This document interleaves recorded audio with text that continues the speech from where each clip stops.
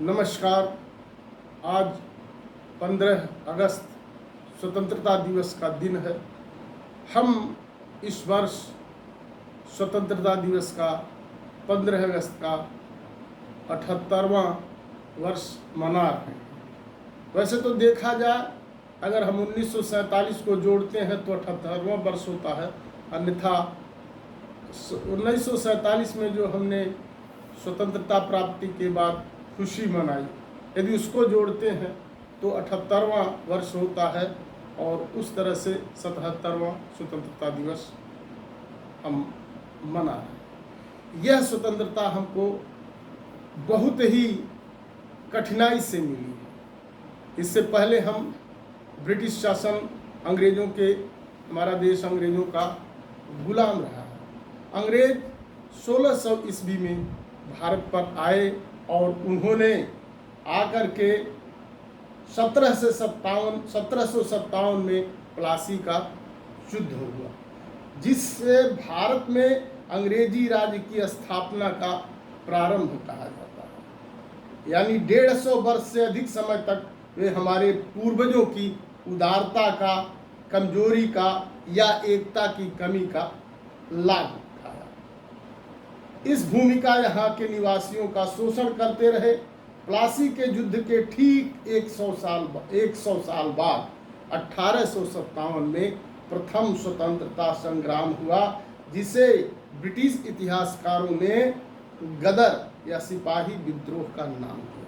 यद्यपि 1857 का ये जो संग्राम था, इसमें 38 बार अंग्रेजों को शिकस्त दिया गया, परंतु यह संग्राम सफल नहीं माना गया, क्योंकि हम ब्रिटिश शासन को भारत से भगा नहीं पाए। इसके बाद 1947 में ब्रिटिश शासन का समापन हुआ। इस दौरान तमाम बलिदान हुए, तमाम लोगों ने इसमें संघर्ष किया, जिसमें स्वतंत्रता संग्राम सेनानियों ने अंग्रेजी शासन के खिलाफ बिना रुके अनवरत प्रयास करते हुए लड़ाई लड़ी। लक्ष्मीबाई, सुभाष चंद्र बोस, जवाहरलाल नेहरू, भगत सिंह, चंद्रशेखर आज़ाद, महात्मा गांधी, राम प्रसाद बिस्मिल, अशफाक उल्लाह खां, तमाम लोगों ने बलिदान दिया और हम उस बलिदानियों को आज नमन करते हैं।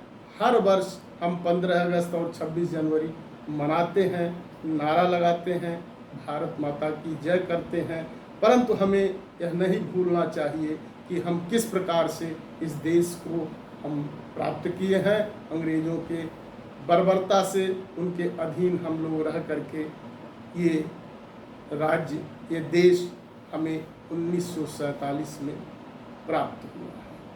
और हमें उन बलिदानियों को, और उसके अलावा ऐसे भी बलिदानी हैं, बहुत बाल बलिदानी हैं, ऐसे लोग हैं जिनका कि हम नाम ही नहीं जानते। इस देश का, हमारे देश के उन बलिदानियों को हम आज नमन करते हैं और हमें चाहिए कि हम इसका जो मिठाई बांटते हैं, स्वतंत्रता संग्राम, स्वतंत्रता के बाद की जो आज़ादी हमें मिली है, उस आज़ादी का हम जश्न मनाते हैं। तो ये तिरंगा झंडा फहराते हैं। 1947 में प्रथम बार लाल किले पर स्वतंत्र भारत के प्रथम प्रधानमंत्री स्वर्गीय जवाहरलाल नेहरू ने लाल किले की प्राचीर से ध्वज फहराया था। हमें उसका मान रखना चाहिए, उस ध्वज का।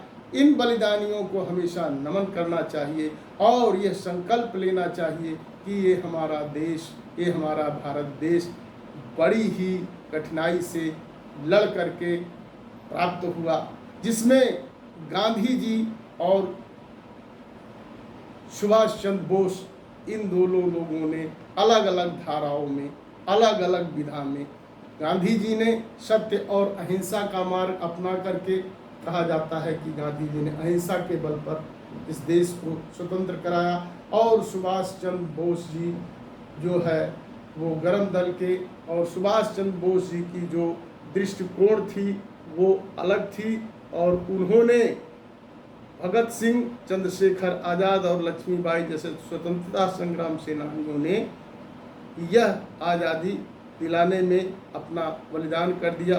गांधी जी ने अहिंसा और सत्याग्रह के मार्ग को अपनाकर स्वतंत्रता संग्राम को एक नई दिशा दी, जबकि सुभाष चंद्र बोस और भगत सिंह जैसे महान क्रांतिकारी विशेषकर आक्रामक और प्रतिरोध के दृष्टिकोण के साथ लड़ाई लड़े हैं। वास्तव में सत्य खाली अहिंसा के बल पर नहीं कहा जा सकता है कि सिर्फ अहिंसा के बल पर ही ये आज़ादी प्राप्त हुई है। इसमें सबका योगदान था और सभी ने अपनी इस देश के लिए कुर्बानियाँ दी। आज हम जो स्वतंत्र हुए हैं हमें उन लोगों को कतई नहीं भूलना चाहिए और उन्हें बार बार नमन करना चाहिए। हमें संकल्प लेना चाहिए कि हमारा यह भारतवर्ष हमेशा अखंड और अक्षुण्ण रहे और हम भारत का इसी तरह से मनाते चले जाएं। और किसी ने लिखा है कि देश वे मिटते कि जिनके द्वार पर इतिहास का पहरा नहीं है। देश वे मिटते कि जिनके द्वार पर इतिहास का पहरा नहीं है। मानचित्रों से मिली अक्सर लकीरें, रंग जिन पर खून का गहरा नहीं है, रंग जिन पर खून का गहरा नहीं है।